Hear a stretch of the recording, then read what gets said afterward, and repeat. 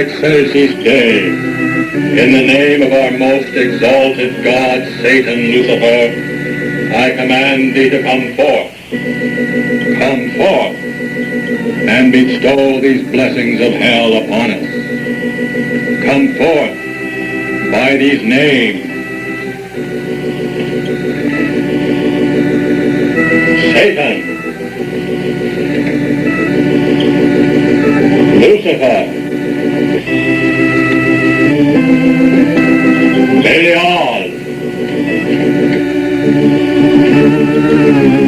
Leviathan, Shemham-Parash, Shemham-Parash. Hail, Satan! Hail, Satan!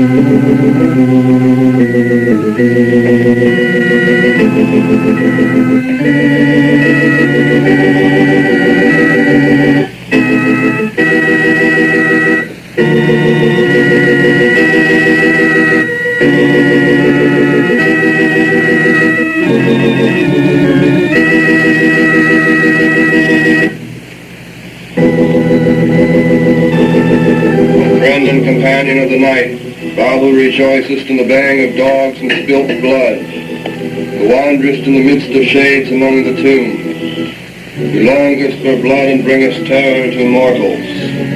Gorgo, Mormo, thousand-faced moon, look favorably on our sacrifices. Shemham-Parash, Shemham-Parash. Hail, Satan! Hail, Satan! Open wide the gates of hell, and come forth by these names. Adrenalek, Astaroth, Moloch, Eurynomos, Lilith, Namtar, Asmodeus, Beelzebub, Diabolos, Mephistopheles, Baphomet, Shemham-Parash, Hail, Satan! Hail, Satan!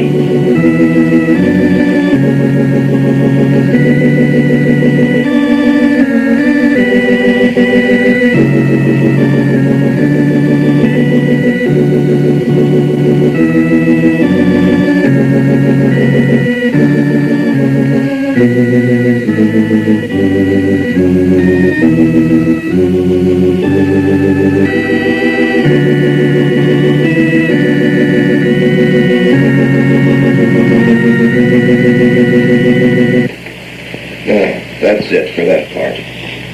Well, it had occurred to me for many, many years that there was a large gray area between psychiatry and religion that was untapped, and no religion had ever been based on man's carnal needs or his fleshly pursuits.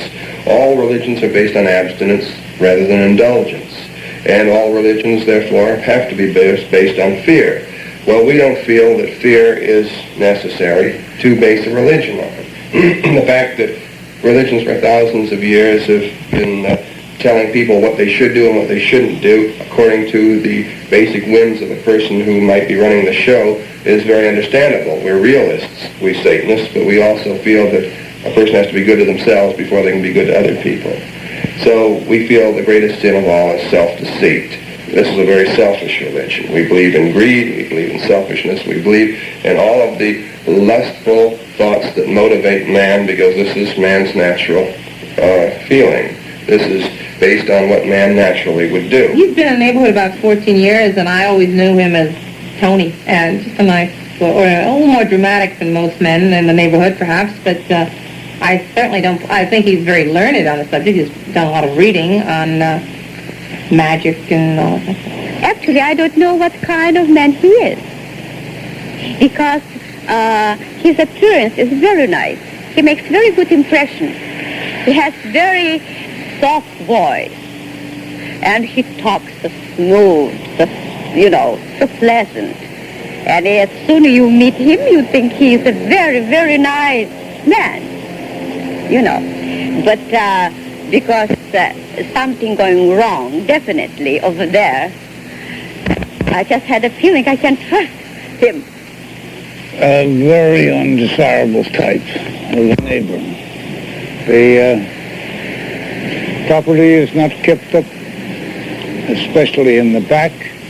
The overgrown backyard, weeds, the drain pipes from the roofs are all shot. And the minute the winter hits in, the wind, the slightest eddy wind blows most of his roof on my backyard.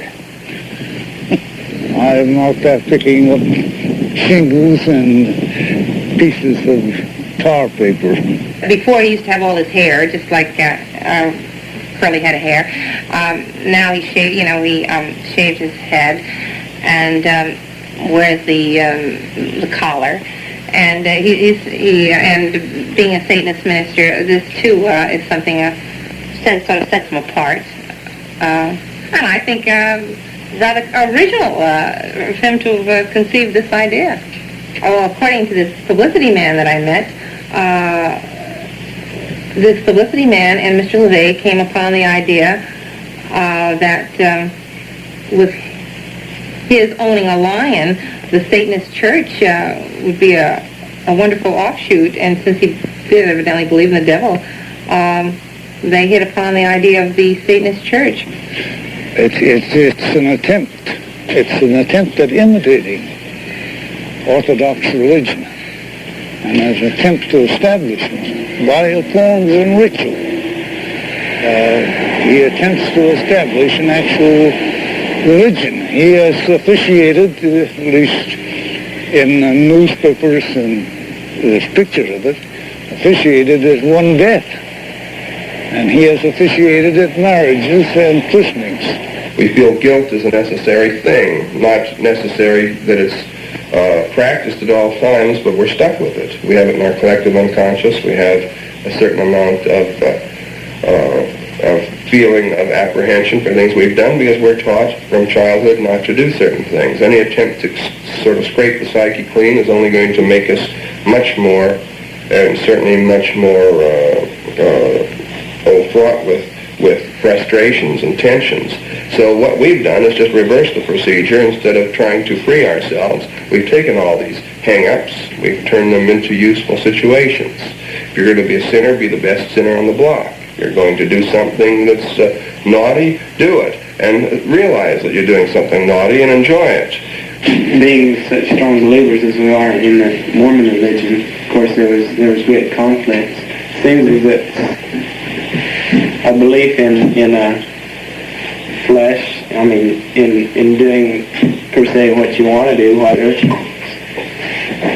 not worrying about a life to come and the fact that God has commanded us to do certain things. There are women, they are without clothes, naked. And men are in kind of black,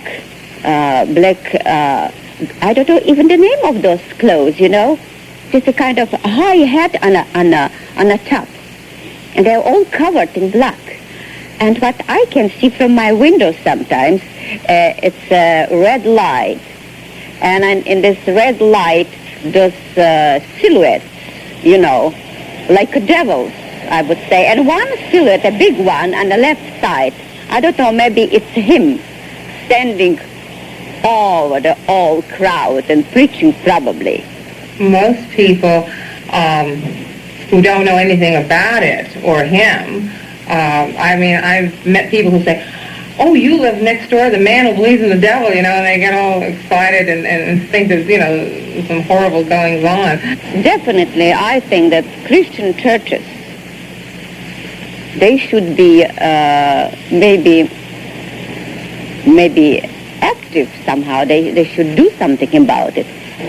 Well, of course, this is not the first time that this sort of thing has been apparent in the history of the Christian Church.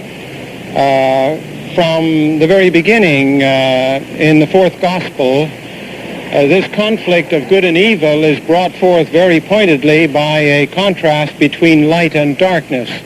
And the quotation from St. John's Gospel is, "For men love darkness rather than light, because their deeds are evil." I would not want to dignify this work out here by calling it a church. It certainly doesn't have the ethical content that I think the Christian church has. And we certainly should keep our ethics high. And I think that this sort of thing that goes on here is anything but that. Myself, I have naturally many of the same problems, the trials and tribulations of any regular minister, of any other church. The only thing that really presents a difference is the fact that I cannot perhaps be sanctimonious about things, but I can do anything that I want to. I can pursue any kind of lustful desires that I might feel. I can engage in any activities that are so-called sinful activities and not really worry about any ecumenical councils making it right for me to do these things. Okay, now for me to stand up and say, this is wrong, you shouldn't be there, everything you're doing is morally wrong and legally wrong, then I'm denying him his right. I'm denying his right to say that he believes in the Satanic Church, that he stands up for what he believes in. You know, and this is his own prerogative. I mean, if he wants to do it, let him do it. And I think more power to him that he has the courage to stand up to quite a few bigoted people. And they think of it as an evil kind of philosophy until I begin to discuss the philosophy of Satanism with them from the standpoint of view of being opposed to hypocrisy. Well, that's the conception that most people have, is that they're really evil. Yeah. The concept that the Christian Church has of Satan. Exactly. Just the opposite of the Christian philosophy is, as most people would think of it. The Christian philosophy would put forth a great love theme, and we would be the opposite. We would just hate everyone. It's like saying that you have to only hate to be a Satanist. You cannot love. It's like saying that people that aren't Satanists only love and can't practice hate. Therefore, Satanists must practice hate. But that's like saying that just because somebody drinks coffee, they can never drink tea. And people like to believe that, though, because they always talk very much about a curse that's been conjured successfully. It even makes the newspapers. But any kind of a blessing that will save someone or pull somebody through a financial bind, nobody ever talks about that. And it shows that we are right in our judgment as far as human nature and what it represents. Sexual freedom is something we feel is very important as a necessary requisite of the Satanic Church. It isn't the most important thing, but certainly it's an elective. We feel a person should be free to indulge in all of the so-called fetishes, all of the so-called aberrations that they would so desire, as long as they don't hurt anyone that doesn't deserve or wish to be hurt. I think it should be brought out that we not only condone, but we encourage all types of what would be called sexual perversities and deviations, because we feel that in a few short years it will be established that everyone is a sexual deviant, pervert, fetishist, or something or other, and that the person that isn't is the exception rather than the rule. We'll be on the ground floor. We'll be on the ground floor. We feel that too much emphasis has been placed on so-called sexual freedom in quotes, meaning everybody take their clothes off and and you be ring a reduced bell to- and you say, strip, And and then, you know. a daisy chain and your anchor man. And this is really working at sexual freedom, we feel. That to really have sexual freedom, you should take what are already your hang-ups, as they call them, and have fun with them. While you're talking about sexual freedom, let's put it this way. There has been very few people that are against it, whether they belong to the Satanic Church or not. They just don't want to admit They won't admit it. Yeah, Believe that's it right. just as much. And they Well, won't it's another one of those practice it. IOUs. And this is practiced very freely by other groups other than there. So here it's an individualist. It's individual desire. If you want to do this sort of thing, well, that's up to you. If you don't want to do this thing, you're not required to do this in this church. Even You're not looked down upon if you don't want to participate in this sort of thing, nor are you looked down upon if you do. Whatever your hang-up, it's your own business. Well, we have homosexuals in the group. But they're accepted. That's But they're the accepted. point. They're accepted, and no one makes any fun of them. and There's no one- no tolerance, in other words, of homosexuals. We don't feel as though we have to tolerate them. No. We just simply accept them just as much as we would accept ourselves or the person next to us that would think exactly the way we would sexually. The attitude is, who cares? Well, I think It's their this business. this is Satanism, actually. The acceptance without tolerance, as Anton said, is just a natural acceptance of people as they really are. And when you come right down to the essence of Satanism, isn't this really what Satanism is? It's the only normal. We're not right. It- patronizing. That's for right. a It's not tolerant. Actually, we're It is- totally normal. It's knowledge and acceptance of people as they really are. It's reality. It's practicality. I don't really find it that logical. I find it for someone who wants to enjoy life while they're here, but not worry about what's actually in the afterlife. We believe in a pre-existence. We ask the questions, where did we come from, why are we here, and where are we going? We know we had a pre-existence. We're on the earth to be tried and to gain a mortal body. And after we die, we go to a spirit world, and then we're judged and sent to one of the three kingdoms, celestial, terrestrial, or telestial. This is how we feel, and it's stated in the Bible. And we do believe very firmly and strictly in the Bible. This is our basic belief. We believe that there is a God, that he had a son, Jesus Christ. He was the first. And then Satan was cast out because of his selfishness. I guess the two most popular reasons that people join the church is because either they're just disgusted, they're just fed up with the sanctimonious pussyfooting around that other religions have given them, and they're just tired of saying one thing and practicing another, and they like to at least get together with other people. And after all, man is a social animal, and no different than any other animal, except he's probably the most vicious of all animals. And he wants to get together with other people that feel the same way he does. And why not belong to a religion or to a group of people that at least believe in the same philosophy? I met Anton at a party, and there was an immediate sympathy between us. So we exchanged cards and talked to each other over the telephone. And Anton said, I know you're a witch, and you must come to our Valpurgis night, which is now about 3 or 4 years ago, isn't it? And from then on, I became more and more interested. Of course, I was interested in witchcraft to begin with, and that is connected with Satan, as we all know. It wasn't actually that I was interested in Satanism. It was that I was interested in witchcraft. And I always had been, and I happened to read an advertisement for Witch's Charm School with lectures by Anton Lavey. And I wanted very badly to go, and finally I called and asked what time it started. I came. So I learned about love potions and charms, and mostly I guess the charm school was how to attract a man. Did you getting its work for you? Well, I think it's worked.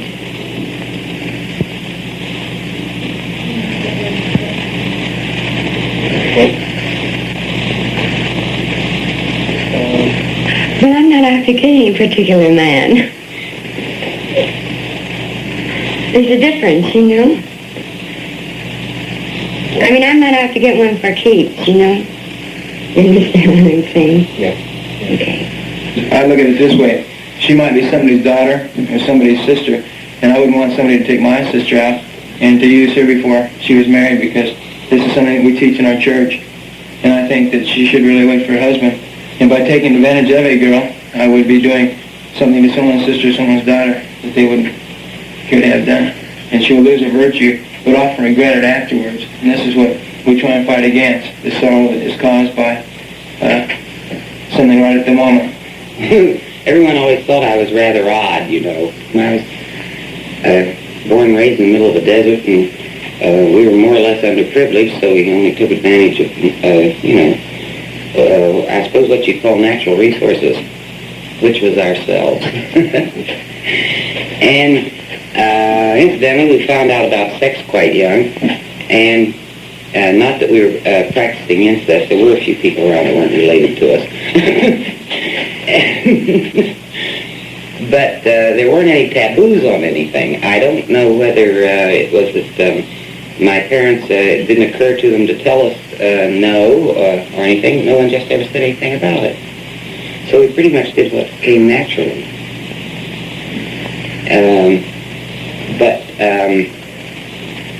my brothers and, well, we all played together. The girls knew all about boys, and the boys used to spend Saturday mornings and sometimes Saturday afternoons as they were growing up playing with themselves and getting a hard on and measuring it and see who had the longest one that week and seeing how far they could see across the road. And then they would masturbate and see who could do the most. You know, all that type of real homely little things. Really. Oh, and then they had another favorite thing they used to do. They used to see who could pass them those gas, and they'd set fire to it and make a beautiful blue flame. Very satanic. What do you derive personally from the church? A great deal of pleasure. I always get a lift when I come here. I suppose like other people do when they go to church, which I haven't done for many years now. I got a little confused about all the different denominations, and I couldn't take it anymore. So everybody thought they were the only ones, and I just couldn't go along with it. And I retired into nature, and that's how I live today. And I feel that I'm usually very serene and quite happy this way. Basically, I think I've always been a witch.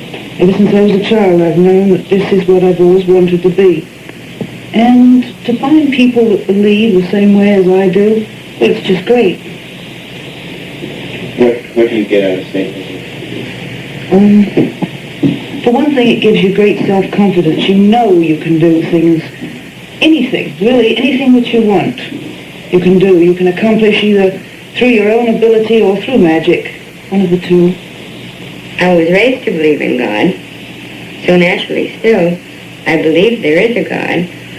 I don't believe that he does all the things that you're taught in Sunday school and to believe that he does, but I do believe there is one. I don't think that God is dead. I think that we have a power, or maybe many powers.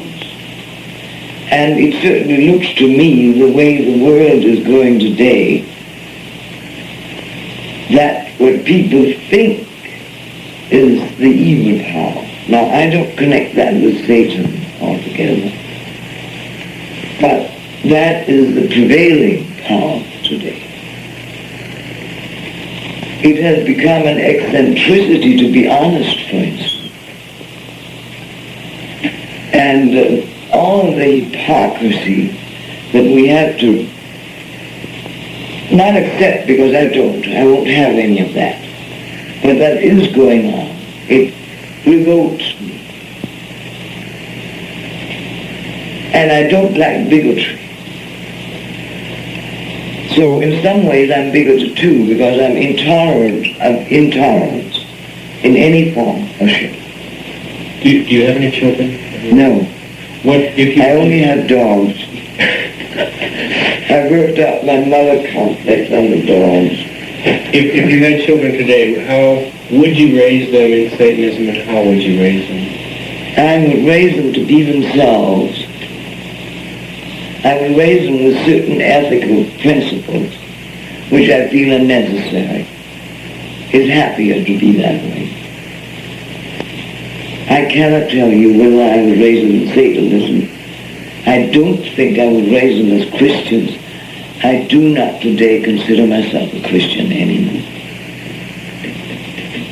Heard that at one time he was planning on setting up sort of a house of whips type of thing. Similar to something they had back east. There was this German gal, something like the Countess of the Whips in New Jersey or something.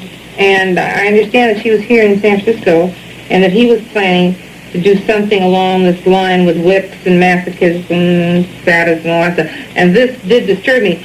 But I understand that this did not pan out.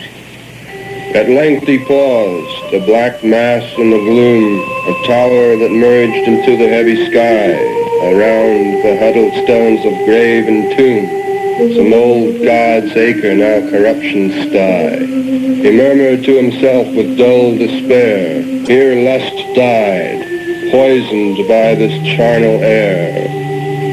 The hours are heavy on him, and the days, the burden of the months he scarce can bear, and often in his secret soul he prays to sleep through barren periods unaware, arousing at some longed-for date of pleasure, which having passed and yielded him small treasure, he would outsleep another term of care. Prepare him. And now at last authentic word I bring, witnessed by every dead and living thing, good tidings of great joy for you, for all. There is no God, no fiend with names divine made us and tortures us. If we must pine, it is to satiate no being's gall. Scourge him. We bow down to the universal laws, which never had for man a special clause of cruelty or kindness, love or hate. If toads and vultures are obscene to sight, if tigers burn with beauty and with might, is it by favor or by wrath of fate? All substance lives and struggles evermore through countless shapes, continually at war, by countless interactions interknit. If one is born a certain day on earth, all times and forces tended to that birth. Not all the world could change or hinder it. I find no hint throughout the universe of good or ill, of blessing or of curse. I find alone necessity supreme, with infinite mystery, abysmal dark, and lighted ever by the faintest spark, for us the flitting shadows of a dream. Lead him to his dead desire.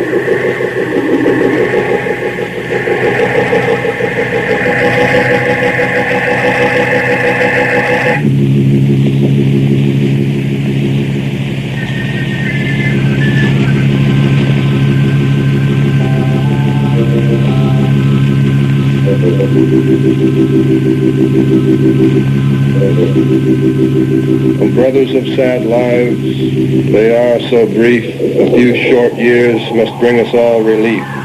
Can we not bear these years of laboring breath? But if you would not this poor life fulfill, lo, you are free to end it when you will, without the fear of waking after death.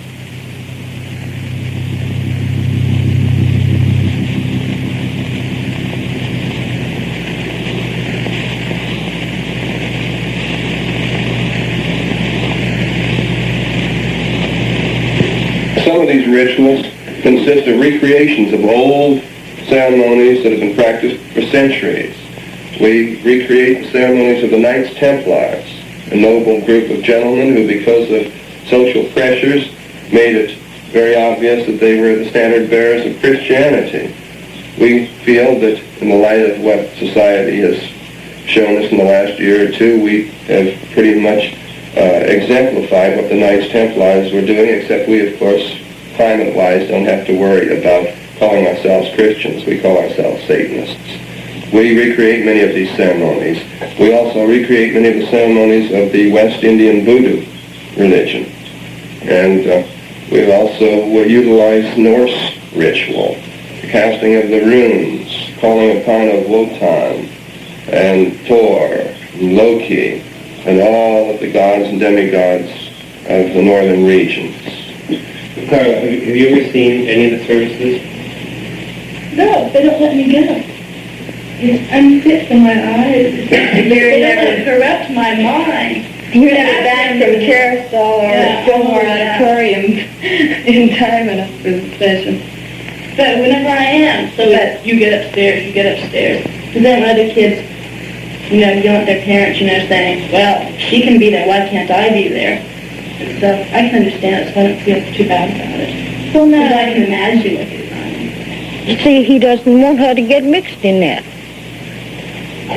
But he's leading other people the wrong way, the ones that follow him and all. We feel that the so-called carnal side of man, or the carnal nature of man, is the most important. We feel the soul is just a pittance. It's something that's sort of wrung out. Like if you squeeze an orange, you get a few drops of juice out of it, and certainly this can be the essence. But this doesn't mean that the orange is any less important simply because the juice comes out of it. We feel that the body of man, the carnal symbolism of man, is by far the most important. We feel true transcendentalism is to rise above the inventions, the puerile inventions of man for his own masochistic needs, perhaps, in the way of spiritual or soul guidance, and recognize his baser instincts, his carnal existence, as the end byproduct and as the epitome, the height of all great creation. In other words, this is the opposite. It's the very opposite, very adverse of all other religions. And it's high time a religion was born that recognized the fleshly existence of man. We lead a normal, abnormal life. In other words, we eat regular meals and sleep semi-regular hours, but life is much more interesting, I think, than for most people. And naturally, we are involved in topics that are abnormal. I don't know, I guess they take great delight in paralleling us to, like, the Addams Family or something. This is Mr. Lavey's second wife, and he acquired the pet lion, I believe, before she married him, and I thought that it was rather interesting. I mean, I could see that if you were married to a man already and he owned a lion, you just take it as one of those things.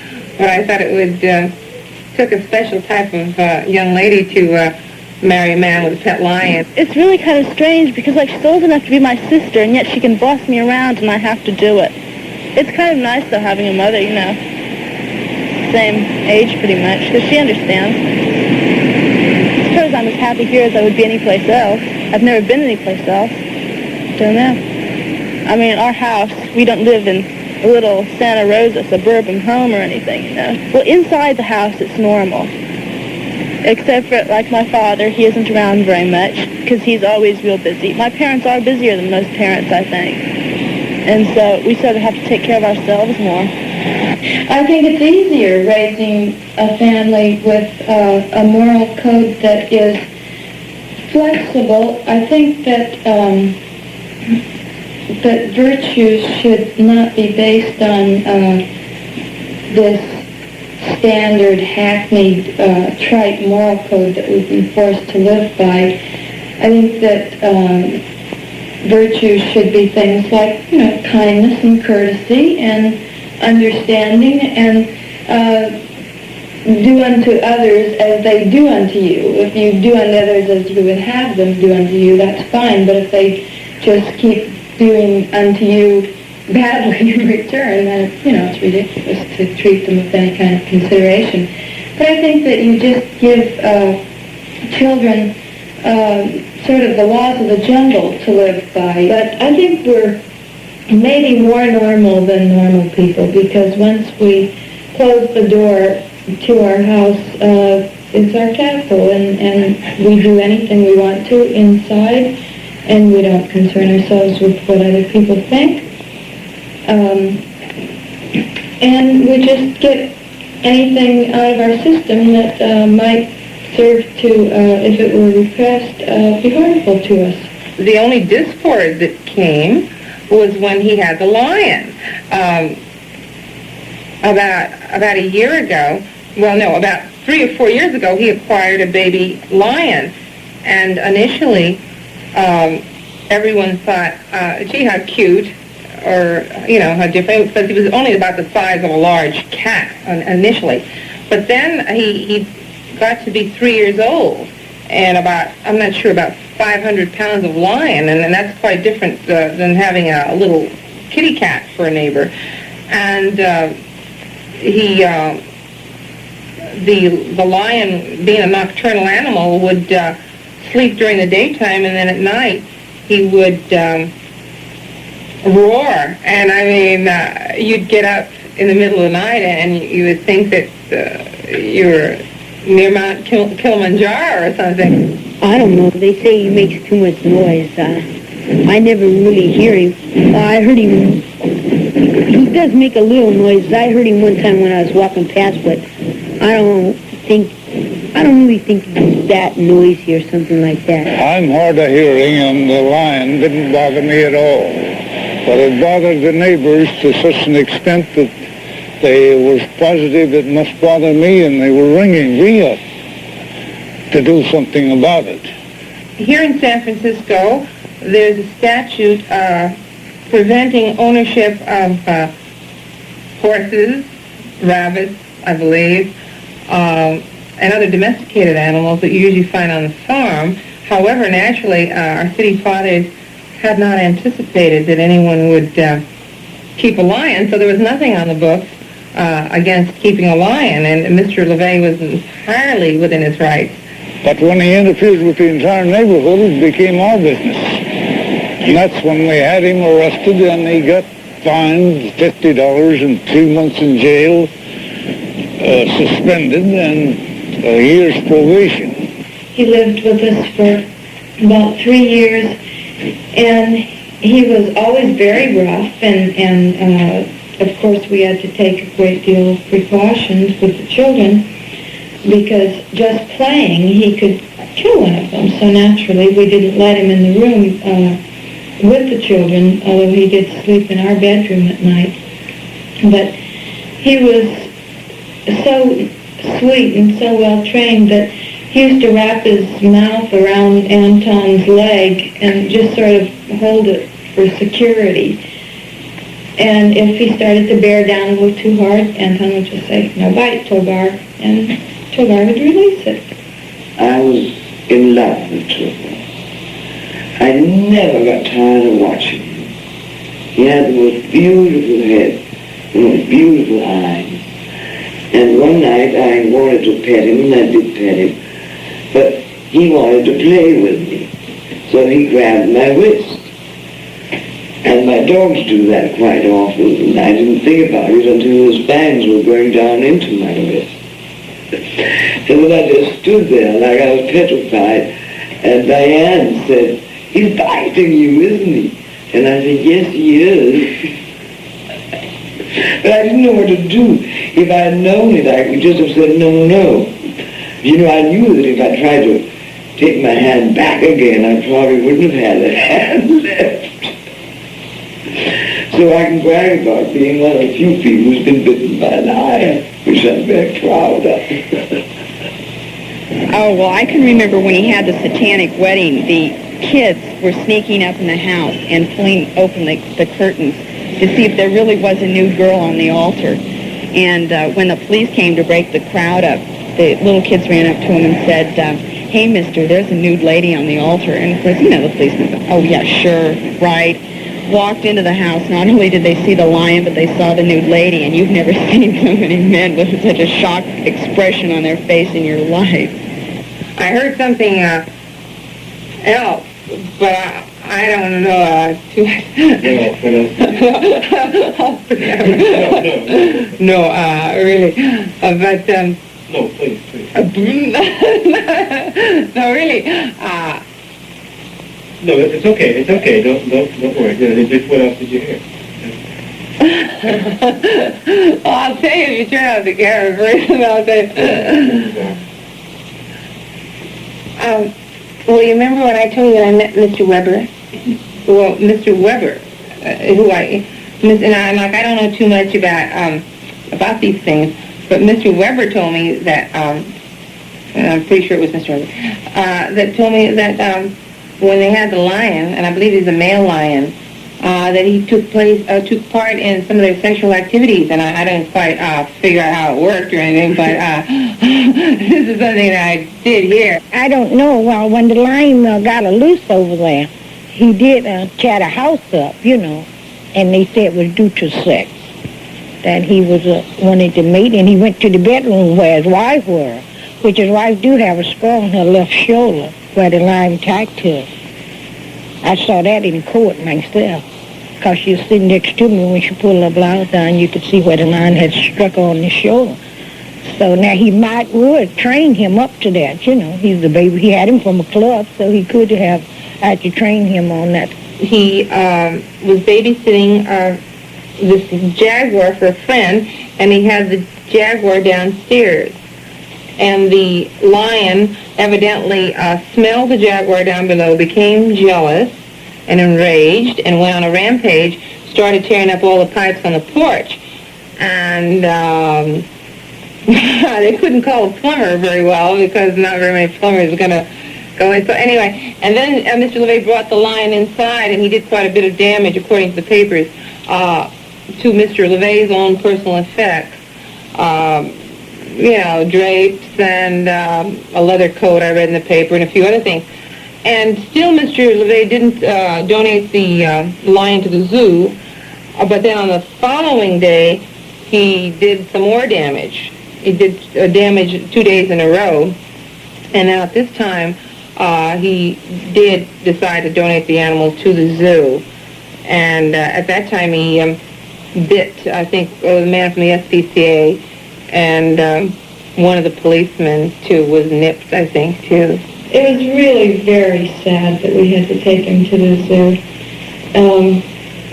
We didn't want to, naturally, and never would have unless we had really been forced to do it. We put a generalized curse on all those who helped to get rid of Tovar, and they've either... A curse will do one of two things. It will either destroy or rehabilitate, and that's exactly what's happened. We perform human sacrifices, by proxy, you might say, the destruction of human beings who would, let's say, create an antagonistic situation towards us in the form of curses and hexes. Not in actual blood rituals, because certainly the destruction of a human being physically is illegal. But we feel that the sacrifice should be a deserving one. We don't chop up babies or cut the heads off of cats or chickens or goats. We feel that this is another example of the sanctimonious hypocrisy of those who call themselves witches, warlocks, white magicians, who have practiced these things for centuries. Well, his one neighbor, when we was in court, that he testified that he had put a spell on his little girl. He said that his little girl was sick, and it was due to Mr. Lavey had a spell on him. It always works. There's no doubt in my mind that it's not going to work. I mean, we just say, make something happen, it happens. They say he charged from $200 to $300 for this. But if it's good luck, he put it on you, and if it's spell, if he get mad, he can turn it into a spell. They claim to cause the cliff house, which was being wrecked, to burn up. But that is after the event. No, I'm not afraid that he's put any hex on me. I've put one on him, though. And my hex on him is that I hope he begins to believe himself. If he does, sooner or later he'll be pinned up.